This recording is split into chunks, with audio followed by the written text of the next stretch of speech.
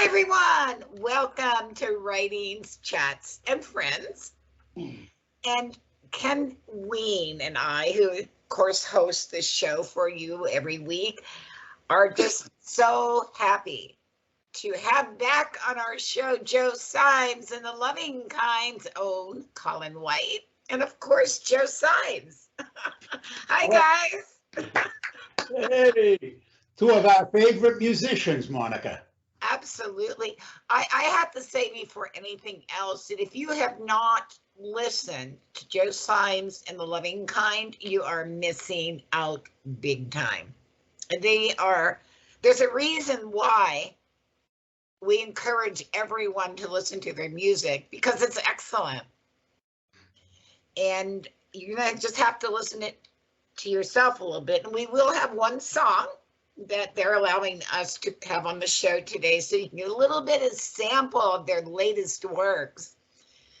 I want to say, first of all, I bet it's been crazy for you guys the last couple of years with all this COVID going on and being a musician and overcoming all the obstacles. Yes, horrible. Absolute horrible. But you know what? In all fairness, we haven't stopped working. We just haven't played any gigs up until the middle of last year when all the restrictions were all coming down and all that. And, you know, little did we know while we were all locked up and all that the powers that be were all like having cheese and wine parties at number 10. You know, right on, like, you know, like, oh yeah, we'll all just stay indoors like mugs and all that. You know, like idiots. And you just all like get drunk and, you know, bring your own booze, they said in the emails and all that, and people were dying and had to say goodbye to people through plastic bags, like something else at the outer limits, and they're all going, oh, you know, and like you've got a distance and don't shake each other's hands and all that, and they're all in down the street all going, yeah, but I've just got contempt for them people. But other than that, we've still been working and have not stopped at all. We just released the DPs finally out. Oh, yeah, because we started working on it before the first lockdown here, and as we're about to continue work on it, Boris put the first lockdown in place, and then during that time we kind of had to. The studio was kind of open for a bit, closed for a bit, open for a bit, depending on what was going on. So we kind of had to jump in, do some, wait a little bit, jump in again, do some more. I mean, you know, it's granted, you know, it has been delayed by say about over a year. Yes. Like many other acts of ours, yeah, releases delayed, tours delayed, and so, as we all know. But the fact that, you know, we finally got it done, we've finally been able to hold it in our hands as of last week and go, here it is, you know, it finally paid off in the end. Now, folks, you have to remember, you have to download this, buy this. You know, these guys have been working, but you haven't been being paid. Yeah, especially the wonderful musicians. We've been working, we've been paid in like merchandise and CD sales and stuff, but only that like we just sort of like had to take a back seat for it. It was gigs, you know, we were missing the gigs. We had to cancel gigs and stuff and all that. But it's as I said before, we were going in the studio, we were like yo-yos going in and out of the studio all the time. And we were like, oh yeah, we're in, we'll grab a day there, But it's finished now. And as you've probably seen, yes, the response is unreal, unbelievable. It's I have seen wonderful response to this one, and not that I mean, and I love all your music. I just think more people are beginning to know you exist and hear your music. That's what I think now, Monica. Yeah, definitely. Because all your songs are great, and you know, each one that you come out with is a little bit different than the last one. And we can see all the different ways you grow.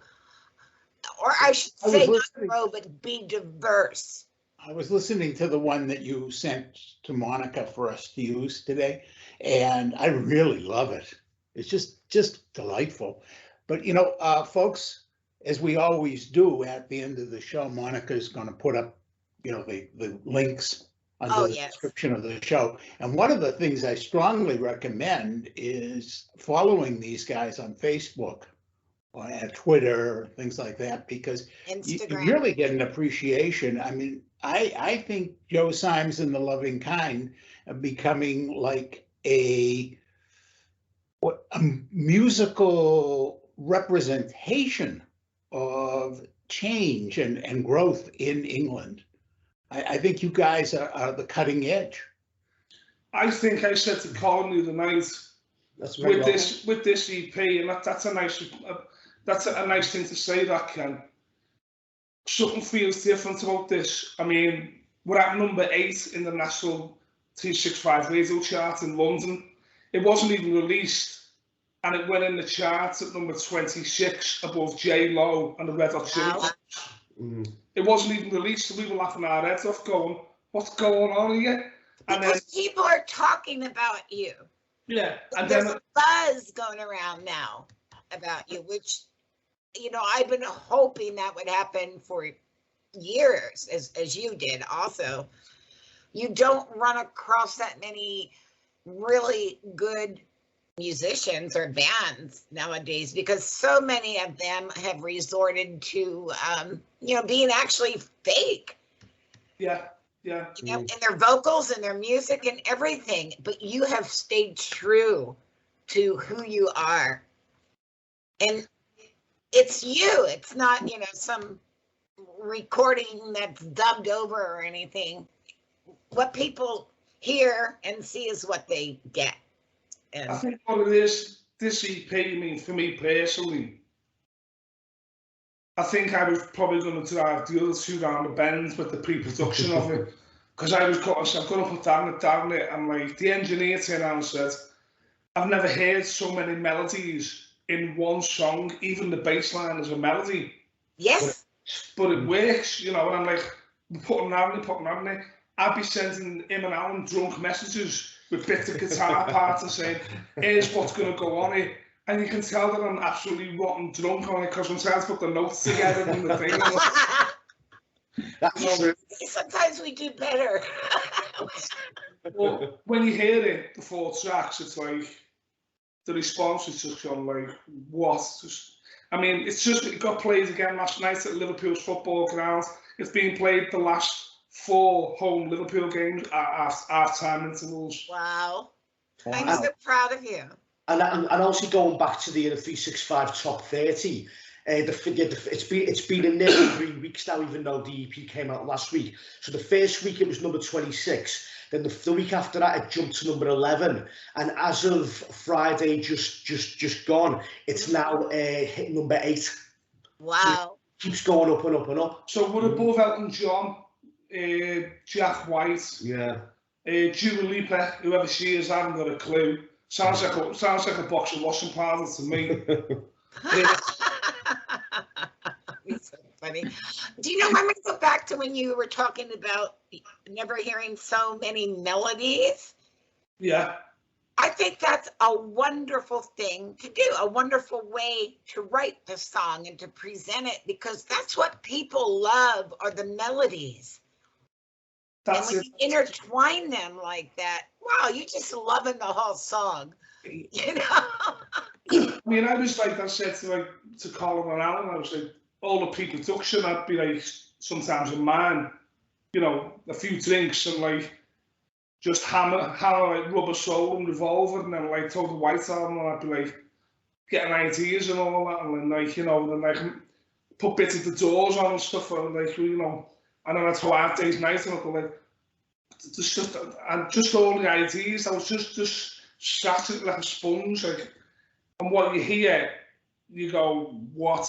And I mean, people said they can't stop listening to it. Yeah. And that's what makes a hit. Well, I will tell you, I played that song 3 times this morning, right? For Ken to do that? Yeah, I mean, I think your music is great, but I think from this sample, unusual quick thing. I have a question for you too. Right? Was it well worth the wait? it's well worth the wait. Was the new music, was it worth waiting for? Oh, absolutely, absolutely. I was getting a bit. I think your fans are going to really. I think your fans are really going to be out of their minds with this one. It's definitely. I think. Well, I will say this. I think it's definitely our most commercial release. Not that our other stuff was not commercial, far from it. But I said to someone recently that with say the last album, Phase 2, it was full of great catchy songs, but it was a very, very heavy album. Whilst there's the A Place to Call Our Own EP, it's still got that, you know, up tempo-ness, but it's got that extra kind of dollop of poppiness on top. So it's more, you know, whilst Phase 2 was a really rock album, this is more kind of rock pop. Yes. Yeah. But I love the fact that you're so diverse that you are able to do a rock album and then one that's kind of more, you know, intertwined pop with it. Yeah. It just shows your stretch. Wait till they have Burt Bacharach album, they don't know we've come a long way. we have a collection of songs that are very like Burt Bacharach. That might come in the future. They're all ready, waiting to go. All the big timpani drums, the strings, the pianos. We just need, you know, Burt Bacharach to come to Abbey Road with us. I don't think you're out there.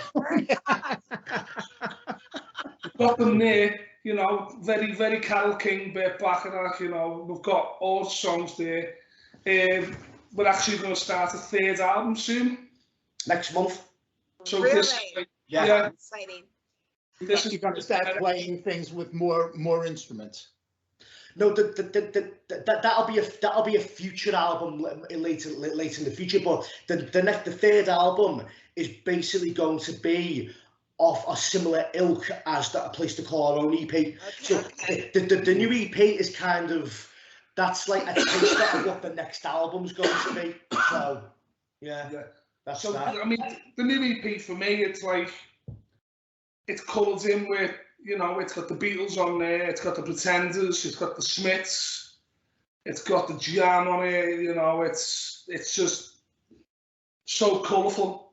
A lot of hints of Rubber Soul on it, you know, the Who, bits of the Who, the Kinks, and, you know, the 4 tracks, I'd say. Yeah, I like that you've done that because, you know, people kind of put all that era's music into just one category when it was so different. The songs were so different. And the fact that you can even do those type of songs is amazing. And all those bands are timeless as well. Well, as far as we're concerned, the timeless and all that. Because you know, someone turned around once and said, oh, you know, well, they're 60s bands, they're 70s bands. It's like, well, no, because okay, they might have released that stuff in the 60s or the 70s or whatever, but that music still has an audience and is timeless. It's like a great film. It's coming back, Colin. For me, it's never gone away. Never gone away. Yeah, it's been like underlying. It's just that the promoters have been promoting all these other types of music, you know. Yeah. I love about you. I follow you, among other things, I follow you on Instagram. And you are constantly posting covers of music that I love. Oh, that's on my personal. So I just post up what I'm listening to that particular afternoon. It would have been like this album or that. That's just me having a bit of fun. That's all. Just saying this afternoon I'm listening to Revolver, or this afternoon I'm listening to this album by whoever else. That's just me, just kind of like sharing my personal little sort of daily intake of what I'm listening to. Yeah. But I think that richness finds itself into your music. Oh, definitely. That's what I'm saying. You guys are not like closing out the musical world. You're embracing it. Oh yeah, and that goes for like that goes for what we watch as well. That, you know, a lot of that, you know, the films, movies that we watch, a lot of the old TV shows that we watch. I mean, you know, we're very much into, like, you know, TV shows of times gone by. You know what I mean? That's what we're predominantly into, and that goes for films as well, because, you know, we've got like, you know, we were brought up with that stuff, and it's got like it's a special place in our lives. All those films, obviously, you know, Alfred Hitchcock, there, you know. Yeah, I wanted to talk about that. I love these pictures, or I should say works of art. I think people don't know, though, is that both of you have created at least one of those that are on the wall. I believe, Colin, you did Boris Karloff. No. Joe did Boris Karloff and Rod Serling. Okay, and you did Alfred Hitchcock? No, I paint like a 5-year-old. Okay. I just wanted to touch on Joe's talent, though, folks. Take a look at these. And if you ever follow Joe Symes, you will see many, many posts of his artwork also. And I think having that grasp for artwork helps you with your music. Yeah, definitely. It's like, you know, you are what you eat, you know what I mean? It comes out in whatever ways and stuff. I mean, I've got to paint him another painting soon, Edgar Allan Poe. You know. Oh, I want one of those. He's my favorite. I've been doing some friends of mine. I did a couple of weeks back to the Jimi Hendrix one, which I put on Facebook. What else? A Peter Gabriel one, a Bruce Springsteen one. I've done loads, absolutely loads. And going back to our TV stuff that we watch, I'm just about finishing my Starsky and Hutch box set off. So Starsky and Hutch, love it.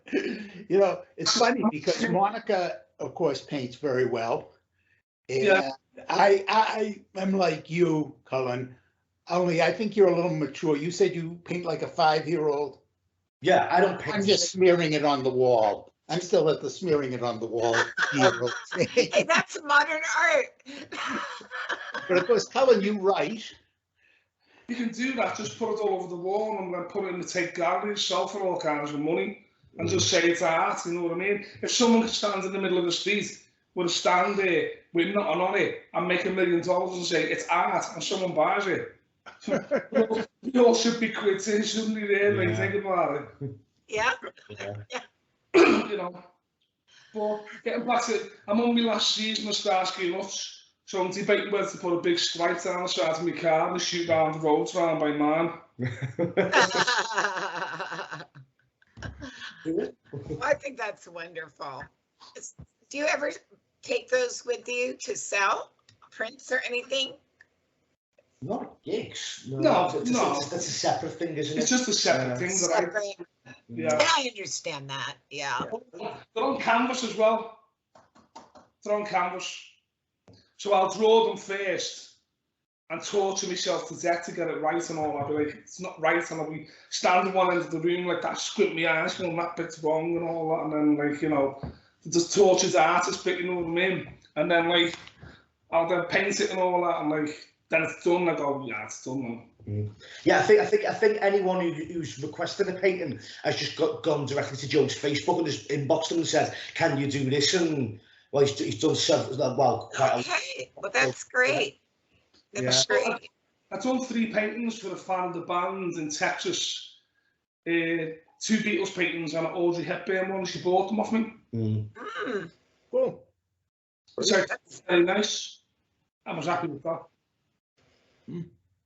I'm just glad that, because I know that, I mean, you like going to the studio and everything, but I know that what you love is being in front of an audience. Oh, yeah. We missed it. We did miss it. I mean, don't get me wrong. We did do 2 gigs last year. We did 1 gig, which was an outdoor gig at the end of August last year. That was the first gig since even before the lockdown. So I remember going on stage, and for the first half of the set, I felt a bit weird, thinking, "Oh, this is what we've been about halfway through the set." I went, "Oh, I'm all right now. I'm used to it now," because it was just weird being on stage again after. Well, after being away from gigging for a lot longer than what we thought we'd be. Yes. So that went great, and then we did a big benefit gig in the beginning of December, which was in Grand Central Hall, which was in Liverpool, and that's a lovely theatre. and it was for like, you know, two good causes, and it went for 2 days, and that was, you know, each act only did a short set because there was like a load of acts on from all over like the northwest of England, but that was great to do, and that was a nice way to kind of end the year. Whilst we were finishing the EP and now, you know, the EP's out and all that, it's, you know, the gigs now finally getting confirmed, there's more to come, and now it's a case of, you know, making up for lost time. Yes. Seriously making up for lost time. So are you getting a lot of bookings now? Yeah. Yeah, they're all coming through now. The wheels are in motion now, yeah. Oh, that's wonderful. Have you gotten your booking for 10 Downing? No.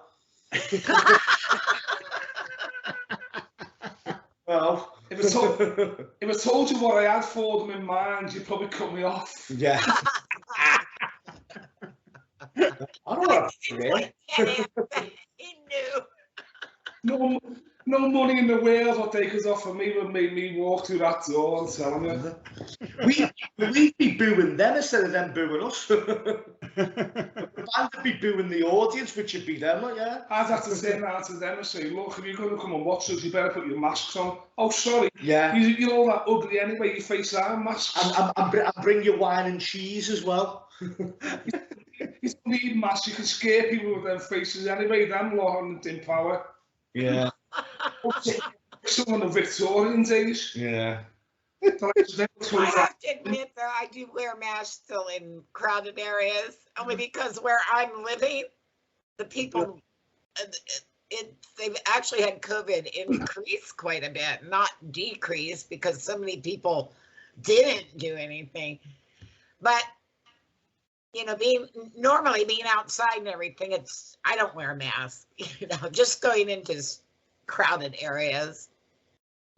I've never wore one, to be honest with you. I've never wore one. Yeah. But then again... But you're younger than me. We didn't really get out the door to even wear a mask, so we didn't have a choice, really, thinking about it. But fortunately now, well, definitely in England, now, I think all the restrictions have ended now. So that means, you know, everything's fully open, you know, people can just do whatever. I mean, you know, some people, you know, I think maybe some vulnerable people are probably still being careful, and that's okay, that's fine. But I'd say the vast majority, I am. The vast majority of people in England right now, you know, gigs are happening again, nightclubs are happening again, people can go to a pub or a bar, and people are, you know, going on holidays, local and stuff, you know, so it's actually nice that that's happening now, because people are relaxing and everything, and yes, it's kind of business as usual. We can, you know, we can kind of get back to normal now, which is nice, and play and do things and really, you know, do everything to our full ability, which is a relief. Well, I tell you, I sure appreciate what we had before COVID now. Yeah. Of course, one thing is, as we get back to normal, and Joey, I know you're an example right now, because we have been isolating from one another so much over the last couple of years, all of us have lost a lot of our natural immunities. So we're all going to end up getting colds again. Sore throats. Yeah, I just got over 2 days of it. Yeah, me too.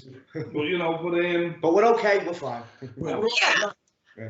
You know, it's bound to happen. You know, after we've been isolated for so long. So, yeah. But I'm just glad that we're getting through this. Well, the U.S. is opening up also finally. Yeah, well, that's good. Yeah, Hawaii was the last state to get rid of the mask requirements. Really? Hawaii? Yeah. Really? Oh, okay. Because they had a really high number for some reason in Hawaii. Yeah. Even though it's only a small island. I know, but I who knows why it hits certain areas more than others, you know? Because Hawaii's kind of like tucked over there in the Pacific. It's not. Obviously it's because it's not part of the U.S. mainland, is it? It's an island over there. Yeah. It's kind of an isolated island. Yeah, but it has a tremendous amount of traffic going through it, and it got hit very badly. Oh, that's a shame. Because so many people, go there. Yeah. But Yeah. at least we're on our way also here, which is, you know, very promising, and I'm happy. That's good. What I suggest you do is keep your masks and your COVID passes, your exempt badges for like years to come. They'll be put in the museum, be worth a few quid then. Yeah. We Well, are you know, going down in history, yes. I think that that it's going to be very interesting to me as things do open up, how much changes and hasn't changed. Like, you know, will I go into a restaurant and it still be more spread apart, or will the tables slowly crunch together again? You know, I think it's only time, to be honest with you. Like, you know, over here, it's like people are like, you know, oh, what's happened with COVID? No one's talking about it now. We're all talking about what's going on in Ukraine and stuff and all that, which is like really bad at the moment, you know. But it's like, oh, where's COVID? And like, you know, but like, what happened to that and all that? But Just disappeared. you know, people are putting up posts on Facebook of like police officers in a boat saying, look, they're searching for COVID. It suddenly disappeared. You know what I mean? And that. But it's, you know, it's like things are just, I'm just amazed that it's back to normal. Yeah. And to be honest with you, I got sick of hearing about it. I was like, oh, do you know what? I can't be doing with this. I'll have to put another episode of Starsky and Hutch on. Yeah. Well, I'm going to make an observation based on partly my age, but also, you know, my family history, is of course that my parents were kids during the Spanish flu epidemic. Yeah. One of my uncles, whom of course I would never have met, died as a child, and, you know, presumably from the flu. And I know it very much affected my parents, okay, more than it affected my grandparents. That when my parents, so I'm thinking, how is it going to affect the kids who have just gone through this experience? I mean, we know already here in the States, it's terribly affected reading levels for little kids. That our younger kids are way behind. They've lost that year and a half of reading. Yeah. It's really taking a toll. But I'm just very curious to see. Of course, I won't be around, but maybe you guys will be. I think, to be honest with you, I mean, like, the whole thing has affected people mentally and physically in such a big way that, like, it's sort of like, you know, well, what you believe. 1 minute, like, you know, well, we're in this tier system. You can go outside there, but you can't talk to them. And like, you know what I say, and especially the elderly and stuff and that, and like, you know, you know, oh, God's gonna go to the door and all that stuff like that and all that, you know, and this, and then like, then there's the thing of like, oh, you know, well, first of all, the jobs for the elderly, and excuse me. And then the jabs are like, oh yeah, for the next the generation, that, and say, well, hang on, why are you like, I didn't get after it, you know what I mean? But I think it will have a lasting effect on people, definitely. I was actually told that in several places there are 4-year-olds who still can't talk. Yeah. Because they haven't been able to go to nursery and things like that and start communicating and all that. And I think, you know, it's in cases like that, if people aren't careful, that could be damaging, because if people's sort of learning abilities, you know, these are people with no learning difficulties. These are perfectly healthy, normal kids. It's just that because they haven't had that communication with people over the past 2 years, they're kind of 2 years behind in their learning difficulties. And I know, I'd like, you know, fingers crossed. I hope that, like, you know, they quickly, because, you know, kids learn quickly once they dive in there. And I hope they catch up. But it can be a bit worrying sometimes. I mean, I'm not a parent, so, you know, but I do know many people who are parents. So, you know, it's the fact that, you know, no one would want to see a whole generation of people kind of be behind on things because of, do you know what I mean? That's why. That's why I thought there needs to be a balance, but that balance kind of went a bit weird. And I think they're going to catch up. I'm curious, though. Have you thought about doing any songs about this experience, about the time of COVID? Seems to me that there could be some very interesting writing and music and art that comes out of this worldwide crazy experience. I wrote one. Oh, yes, there was one.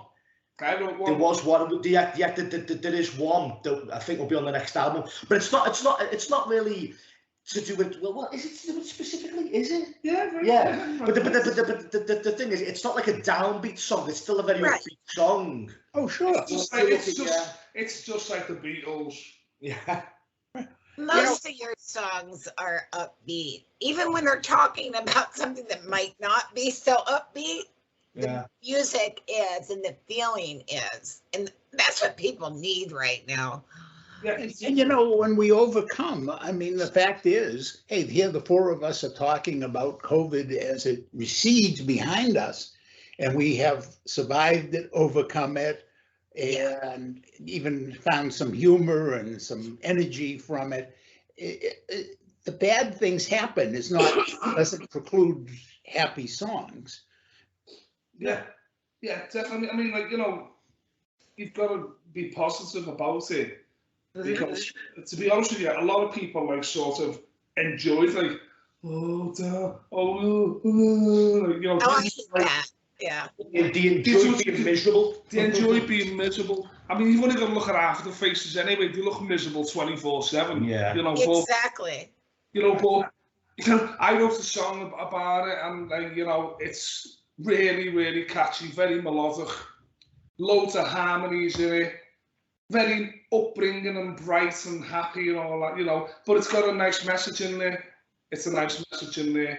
And if people want to take from that and like relate it to that, they can. If people ask me what it's about, say it's about being locked down and COVID, because what else could you do? Yeah. You know what I mean? So it's like, you know, I had to write about it, and like it's come out, and I'm itching to get in the studio to record it.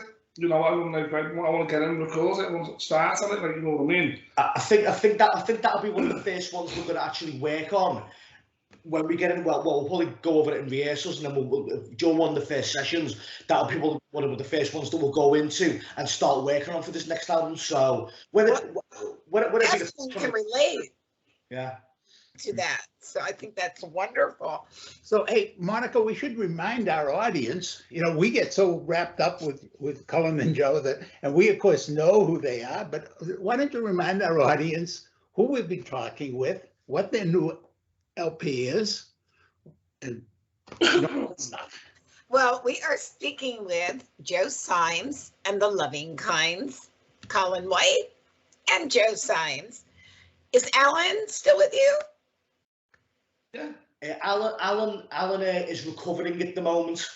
Okay. Yeah, because our first gig of the year was meant to be on Friday, and several days before he tested positive for the old beer virus. So unfortunately, we had to postpone the gig until the 10th of June. We got it all rearranged quite quickly, thankfully. But there would have been no way. There would have been no way he would have been able to still stand on stage. Yeah, you want him to get well. Yeah. You know, he's getting better. He's obviously he's a lot better now. You know, he's not 100%, but he's on the road to recovery. It just kind of took it out of him for about a week. Yeah, that would. But he'll be fine. We were rehearsing last week, and he said, "Hey, I don't feel too good. I've done a flow test, and I'm negative and all that." So I thought, okay, yeah, it sounds, you know. So we're rehearsing and all that, and then the day later he goes, "You're gonna have to cancel the gig. I've got COVID." So I'm like, you know, what? So while he said in his text message, all the bedclothes are soaking wet, and all that, and I'm like, oh, all right. So me being me, as you do, I phoned him up and said, "You all right?" And he went, "No, I can't handle it at all." You're bad. Me being me, all right? No. Me being me said, "Do you want a beer?" Well, that's a good cure for anything. To which he turned around and said, "I'm not going to say." Yeah. he said go away, but in a much more of a vulgar way. So, and the name of the new album is? It's an EP. It's a 4-track EP. It's called A Place to Call Our Own. Just like the song. Our Own. the title song. EP. And of course, Monica is going to be adding a link under the show description, folks, so that you can order your copy. Yeah. You know, guys, I could go on out for hours talking to you because Ken and I adore you so much. And we're so proud of you. We just knew from the moment we heard your music that, you know, if you kept putting that hard work in there, that people were going to hear it. Yeah. And I just hope this continues. I see it continuing. That more and more people will. I think the first song that bit was Fine Line. That was the first song that caught your ear, Monica. Yes, it's true. Huh? You remember. I'm still playing. Long time, a lot of music, and every last note of it has been just great. Yeah. Well, Joe, I don't want to keep you too much because I know you need to rest yourself a little bit. He's just getting over the flu himself or something, cold, whatever, you know. I'll be all right. I'll just go and get a few cans down my next to celebrate. We're fine. We're fine. Don't worry about us. We're all right. We'll probably go to mine in a bit, and we'll just say, you know, yeah, let's get some beers and put the Beatles on the doors, and you know, Echo and the Bunnymen, and like, you know, everyone else can like, yeah, I'll see you later. What could be better? What could be better? I want to say one more thing about Joe and Colin. And actually, anyone that's ever been added to your band during the years, you work with each other, for each other, and have respect for each other, which is something very hard to maintain in that industry. And I think it's what's made you so strong during all of this, is the support you give each other. Well, to be honest with you, Monica, Alan, our bass player, I was in my very first band with him. Ah. I was in my very They've known first each other band. for years. I've known longer than us, yeah. I've known Alan longer than. Well, that's even better yet. Now, the band members we had before, I just classed them as session men. They just come in and helped out and that to get us through certain parts. Now, it's like, this is it now. This. It just gelled together, didn't it? The perfect three, you know. But you two have always been the perfect two together. And that's very difficult. I mean, we founded the band, you know what I mean? And the thing is, it's not that, like, you know, obviously me and Joe and Alan, we all want the same thing. We all have the same goal in mind. Yes. Not because one thing I don't understand is when you hear about bands and the band members hate each other and you've got to like go into rehearsal or on a stage together. Because they're egos. I couldn't do that. Colin. That would be very unpleasant. Huh? It would be very unpleasant to get up on a stage with people you didn't relate well to. Yeah, Exactly. I agree with you, man. And I have to give Joe credit though here also, because that mainly happens if you look with the lead singers. They get such a huge ego that they think that they should go out on their own, and you know, that type of thing. Hey, Right, that's it. I'm getting off. Yeah, he's gone. Monica, I figured it out a long time ago. Here's the thing, okay? Let's be real. If I were in Liverpool, I'd call these guys up and say, hey, let's go out and get a beer. Yeah. One beer. You're joking around. You're going to have 10. Come on, fly on over to Arizona. Yeah, seriously. I mean, that's who these guys are. They're guys.